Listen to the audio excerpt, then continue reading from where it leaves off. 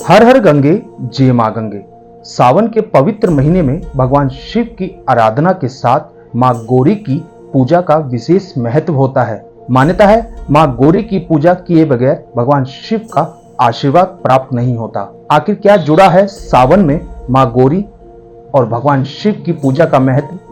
इस पर बात करने के लिए हमारे साथ मौजूद है धर्म के जानकार और ज्योतिषाचार्य दुष्यंत गोयल जी। बहुत बहुत स्वागत है आपका तिलक पत्रिका पे।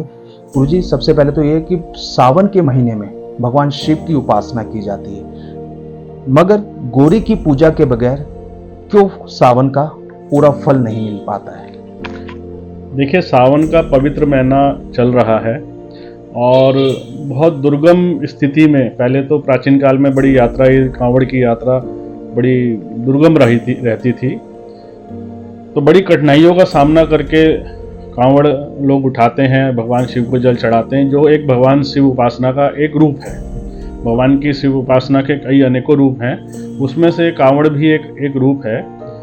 इसके साथ साथ ही शिव और शक्ति, जैसे शक्ति को, शिव शक्ति के बिना अधूरे हैं और शक्ति शिव के बिना अधूरी है, तो यहाँ पर एक प्रावधान हमारे पुराणों में है कि घर में जो औरतें रहती हैं, माताएं बहनें हमारी रहती हैं, जिनके लोग कांवड़ लेने जाते हैं, घर के लोग, तो उनके लिए वो लोग क्या करें, जो उनके कांवड़ के व्रत को शक्ति मिले, उनके घर परिवार को सुरक्षा मिले, सुख समृद्धि मिले, समाज सुदृढ़ हो, तो उसके लिए मंगला गौरी का व्रत किया जाता है।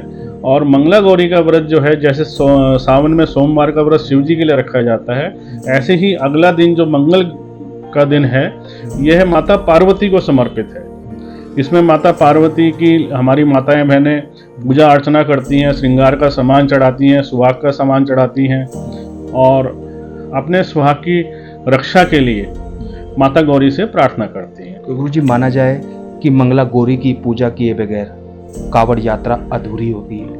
बिल्कुल, कि बूस्टर डोज का काम करती है एक तरह से। माता मंगला गौरी का जो हमारी माताएं बहनें व्रत रखती हैं, पूजा करती हैं, श्रृंगार दान करती हैं, तो उनके जो भी व्रत वो रख रही हैं, उसकी मनोकामना जल्द से जल्द पूरी होती है। तो माना जाए कांवड़ियों के साथ साथ उनके परिवार भी यात्रा में शामिल होते हैं। बिल्कुल जी, बिल्कुल। देखिए, शारीरिक रूप से तो शामिल नहीं होते हैं, लेकिन मानसिक रूप से, व्रत के रूप से, सामाजिक रूप से, आध्यात्मिक रूप से ये घर वालों का एक तरह का सहयोग रहता है, जो घर वाले मंगला गौरी की पूजा करते हैं। और सावन का महीना तो इतना पवित्र महीना है, इतना शुभ महीना है कि बहुत सारे व्रतों की शुरुआत इस दिन होती है और ये हर मंगलवार को, सावन के मंगलवार को ये व्रत रखा जाता है। और अपनी सुविधा अनुसार, श्रद्धा अनुसार जो माताएं बहनें हैं, इसको लंबा आगे और बढ़ा सकती हैं, चाहे वो 1.25 साल रखें, 2.5 साल रखें, 5 साल तक वो इसको बढ़ा सकती हैं।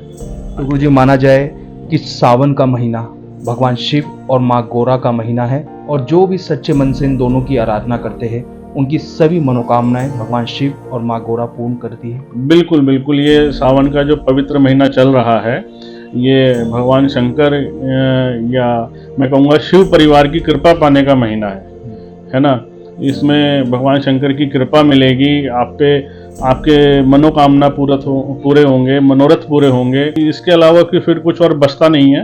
ये अपने आप में एक तरह से संपूर्ण पूजा है। अगर कई परिवार के लोग जो कांवड़िए यहाँ आ रहे हैं, उनके परिवार के लोग मंगला गौरी की पूजा ना करें, तो किस विधि से उनकी यात्रा पूरी हो सकती है? जो लोग पूरे महीने मंगला गौरी के व्रत नहीं रख सकते, हर मंगलवार को नहीं रख सकते, तो कम से कम सावन के आखिरी मंगलवार को एक व्रत जरूर रखें, जिससे उनको पूरे महीने के व्रतों का पुण्य लाभ मिल सकता है। व्रत में क्या फलाहार खाना चाहिए या अन्न खाना चाहिए? देखिए, फलाहार का ही व्रत होता है और शाम को व्रत खोलने के टाइम पर माताएं बहनें एक दूसरे को शुभकामनाएं देती हैं, उसके साथ साथ श्रृंगार का सामान भी एक दूसरे को बायने के रूप में प्रदान करती हैं। तो कहा जा सकता है अगर माँ गौरी की पूजा ना की जाए तो कांवड़ यात्रा अधूरी हो जाती है? नहीं, ऐसा नहीं है, लेकिन जैसे मैंने कहा कि बूस्टर डोज का काम करती है, तो माता मंगला गौरी का भी व्रत अगर आप यथाशक्ति यथासंभव रख सकते हैं तो बहुत अच्छा रहेगा, बहुत पुण्य फल आपको उसका मिलेगा।